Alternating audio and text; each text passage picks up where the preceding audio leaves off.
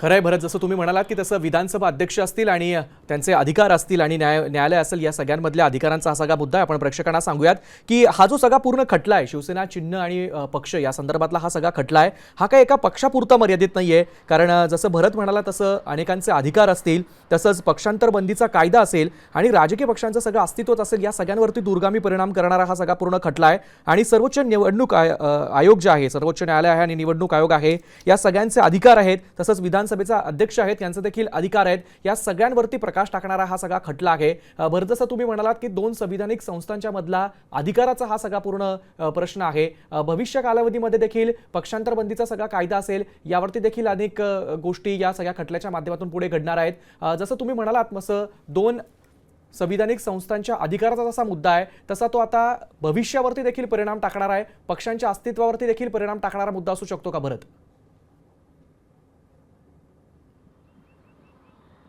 नक्कीच. आजचा हा जो शिवसेना पक्ष आणि चिन्हासंदर्भातला जो निर्णय येणार आहे, हा फक्त शिवसेनेपुरता मर्यादित असणार नाही. पहिली गोष्ट, त्याचं कारण असं आहे की घाऊक प्रमाणात जर पक्षांतर व्हायला लागली, नागरिकांनी एखाद्या पक्षाला, एखाद्या विचारधारेला मतदान केलं किंवा एखाद्या विचारधारेच्या विरोधात मतदान केलं, तर त्या नागरिकांचा तो मतदानाचा अधिकार आहे. या त्यांच्या ज्याच्या विरोधात मतदान केलंय, उद्या त्याच पक्षातले काही लोक असतील, काही सदस्य असतील, ते पुन्हा ज्यांच्या विरोधात मतदान केले त्यांना जाऊन मिळणार असतील, तर पुन्हा एक महत्त्वाचा लोकांच्या मतदानाच्या हक्काचा मुद्दा या ठिकाणी उपस्थित होतो. लोकांनी जे मतदान केलंय, ज्यांच्या विरोधात मतदान केलंय, त्यांच्याच सोबत जर हे सगळी लोक जाणार असतील, तर हा एक घटनात्मक मुद्दा आहे, लोकांच्या मतदानाच्या अधिकाराचा मुद्दा आहे. त्यामुळे तो महत्त्वाचा ठरतोय. दुसरा मुद्दा या ठिकाणी आहे, खरं तर शिवसेनेमध्ये पक्षांतर झालं, शिवसेनेमध्ये उभी फूट पडली, त्यावरती एकनाथ शिंदेंनी दावा सांगितला. दुसरा मुद्दा, महाराष्ट्रामध्ये अजित पवार यांच्या नेतृत्वामध्ये, जे दिवंगत अजित पवार आहेत त्यांच्या नेतृत्वामध्ये एक मोठं बंड झालं, राष्ट्रवादी पक्ष फुटला, अजित पवार हे राष्ट्रीय अध्यक्ष झाले, त्यांच्या बाजूने निकालला. खरं तर शरद पवार हयात असताना अजित पवारांच्या बाजूने तो निवडणूक आयोगाने निर्णय दिल्याचं आपल्याला पाहायला मिळालं. दोन मुद्दे झाले. तिसरा मुद्दा आपण पाहिला तर पश्चिम बंगालमध्ये तृणमूल काँग्रेसमधल्या खासदारांचा एक गट बाहेर पडतो आणि तो NCPI नावाच्या पक्षामध्ये विलीन होतो. खरं तर ह्या सगळ्या बंडखोरीच्या घटना आणि पक्षफुटीच्या घटना जर आपण पाहिल्या, तर या फक्त ही जी सुनावणी आहे सुप्रीम कोर्टामध्ये सुरू आहे, ती शिवसेना पक्ष आणि चिन्हासंदर्भातली ही सुनावणी फक्त शिवसेना केसपुरती मर्यादित असणार नाही. ती अनुसूचित 10चे जे अधिकार आहेत ते स्पष्ट करणारी आहे, त्यातल्या तरतुदी स्पष्ट करणारी असणार आहे. त्याचं अवलोकन कशा पद्धतीने करायचं, त्या तरतुदींचं हे स्पष्ट करणारी असणार आहे. दुसरा मुद्दा, विधानसभा अध्यक्षांचे जे अधिकार आहेत, हे अधिकार नेमके कुठपर्यंत लागू होतात, त्या अधिकारांच्या मर्यादा स्पष्ट करणारा हा निकाल असणार आहे. तिसरा मुद्दा, केंद्रीय निवडणूक आयोगाने जो काही निर्णय दिला आहे, परिच्छेद 15 असेल, 2010ची मार्गदर्शक सूचना मार्गदर्शक नियमावली आहे, या मार्गदर्शक नियमावलीतील कलम 29(अ), 5 आणि 9 या गोष्टी स्पष्ट करणारी असेल. सिम्बॉल अँड ऑर्डर मधील परिच्छेद 15 याची व्याख्या स्पष्ट करणारी ही सगळी सुनावणी असणार आहे. या सगळ्या संदर्भात सुप्रीम कोर्ट जो काही निकाल देईल, तो फक्त शिवसेना केसपुरता मर्यादित असणार नाही. भविष्यातील प्रत्येक राजकीय पक्षातील फुटी संदर्भात, पक्षांतर बंदी संदर्भात या निर्णयाचा संदर्भ देऊन प्रत्येक केस लढवली जाईल आणि त्यामुळे ही केस जी आहे ती लँडमार्क केस म्हणून इतिहासामध्ये नोंदवली जाईल. मैलाचा दगड ठरू शकणारी शिवसेनेतील पक्ष आणि चिन्हाची केस असणार आहे आणि त्यामुळे या केसकडे संपूर्ण देशाचं लक्ष लागल्याचं आपल्याला पाहायला मिळत आहे. नक्कीच भरत, लक्ष सगळ्या संपूर्ण देशाचं लागलेलं आहे. आता देवदत्त कदमच नेमकी यासाठी या सुनावणी वेळी आता युक्तिवाद करतायत का आणि अधिकची काही माहिती आली आहेत का आपल्याकडे?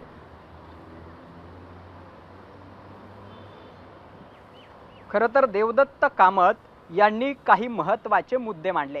त्यातला महत्त्वाचा मुद्दा आहे, आम्ही जेव्हा याचिका SPL दाखल केली होती तेव्हा हा वाद न्यायालयासमोर प्रलंबित होता. नंबर 1, जर अध्यक्षांचा निर्णय हा चुकीचा असेल तर अध्यक्ष एका न्यायाधिकरणासारखे म्हणजे ट्रिब्युनल सारखे त्यांच्याकडे क्वासी ज्युडिशियल अधिकार असतात, असे ते आहेत आणि त्यामुळे त्यांचा निर्णय जर चुकीचा घेतला असेल तर त्याचं न्यायालयीन पुनर्विलोकन म्हणजे ज्युडिशियल रिव्ह्यू होऊ शकतो का, ती चूक दुरुस्त करता येऊ शकते, यावर न्यायालयाने योग्य ते सहकार्य करावं आणि आम्हाला दिलासा द्यावा, अशा पद्धतीचा युक्तिवाद देवदत्त कामत यांनी केला होता. त्यावरती न्यायमूर्ती जयमाल्य बागची यांनी असं म्हटलं की जर अध्यक्षांची भूमिका ही कायद्याच्या विरोधात असेल तर त्यांचा निर्णय आम्ही रद्द करू शकतो. हा मुद्दा एक. त्यानंतर परंतु इथं परंतु शब्द महत्त्वाचा आहे. त्याचा परिणाम म्हणून आम्ही स्वतः त्यांना अपात्र घोषित करू शकतो का, ते आमच्या अधिकार क्षेत्रामध्ये येतं का, हा महत्त्वाचा मुद्दा आहे. कारण विधानसभा अध्यक्ष हे क्वासी ज्युडिशियल पॉवर त्यांच्याकडे असते आणि त्यामुळे अध्यक्षांचा निर्णय रद्द करण्यासाठी उत्प्रेषण प्रालेख काढण्यास आम्हाला कोणतीही अडचण नाही, असं सुद्धा त्यांनी म्हटलंय. त्यानंतर जयमाल्य बागची यांनी म्हटलंय की एखाद्या शिस्तभंगाच्या कारवाईचे डिसिप्लिनरी प्रोसिडिंगचं उदाहरण विचारात घ्या.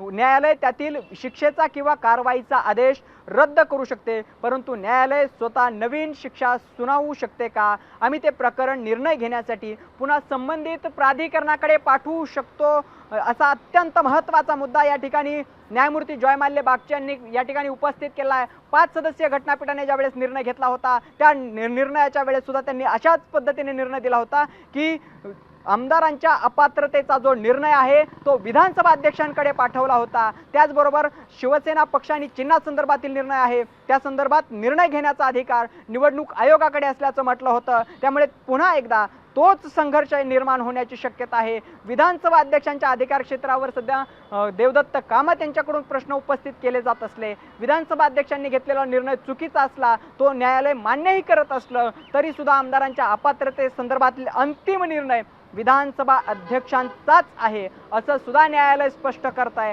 आणि त्यामुळे आता आणखी या प्रकरणामध्ये एक मोठा ट्विस्ट येत असल्याचं एकंदरीत चित्र आपल्याला प्रथमदर्शनी तरी पाहायला मिळत आहे. त्यामुळे त्यांनी असं म्हटलंय की आम्ही ते प्रकरण निर्णय घेण्यासाठी पुन्हा संबंधित प्राधिकरणाकडे म्हणजे रिमांड टू अथॉरिटीकडे पाठवू शकतो. एकनाथ शिंदे यांच्याकडे विधिमंडळात बहुमत लेजिस्लेटिव्ह मेजॉरिटी होते, यात कोणताही वाद नाही.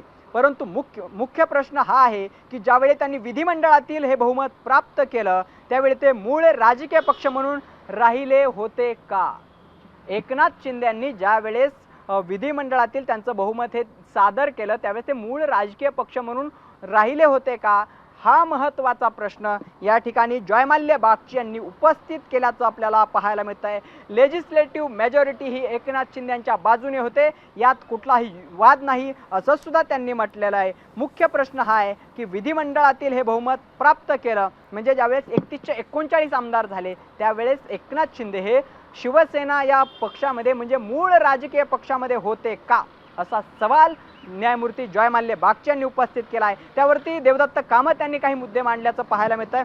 युक्तिवाद करताना ते असं म्हणतात की होय, पण एखादा बचाव म्हणजे डिफेन्स हा केवळ वरकरणी किंवा प्राथमिक आकलनाच्या प्रायमा फेसी डिटर्मिनेशनच्या पलीकडे जाऊन विचार करायला लावणारा असू शकतो. म्हणजे जो काही युक्तिवाद आहे किंवा डिफेंड आहे, बचाव आहे, तो प्रायमा फेसी डिटर्मिनेशनच्या पलीकडे जाऊन विचार करायला लावणारा असू शकतो, असा महत्त्वाचा मुद्दा कपिल सिब्बल यांनी उपस्थित केल्याचं, माफ करा, देवदत्त कामत यांनी उपस्थित केल्याचं पाहायला मिळत आहे. अशा बचावामध्ये 2018ची जी पक्षाची घटना दप्तरी नोंदवलेली होती की नाही यासह सर्व संबंधित प्रश्नावर सखोल चौकशी आणि अंतिम निर्णयाची ॲडज्युडिक्शनची गरज भासू शकते, असा सुद्धा मुद्दा त्यांनी या ठिकाणी मांडलेला आहे. केवळ प्राथमिक पातळीवर निर्णय घेण्याच्या टप्प्यावर प्रायमा फेसी डिटर्मिनेशन स्टेजवरती या संपूर्ण आणि नक्कीच बरं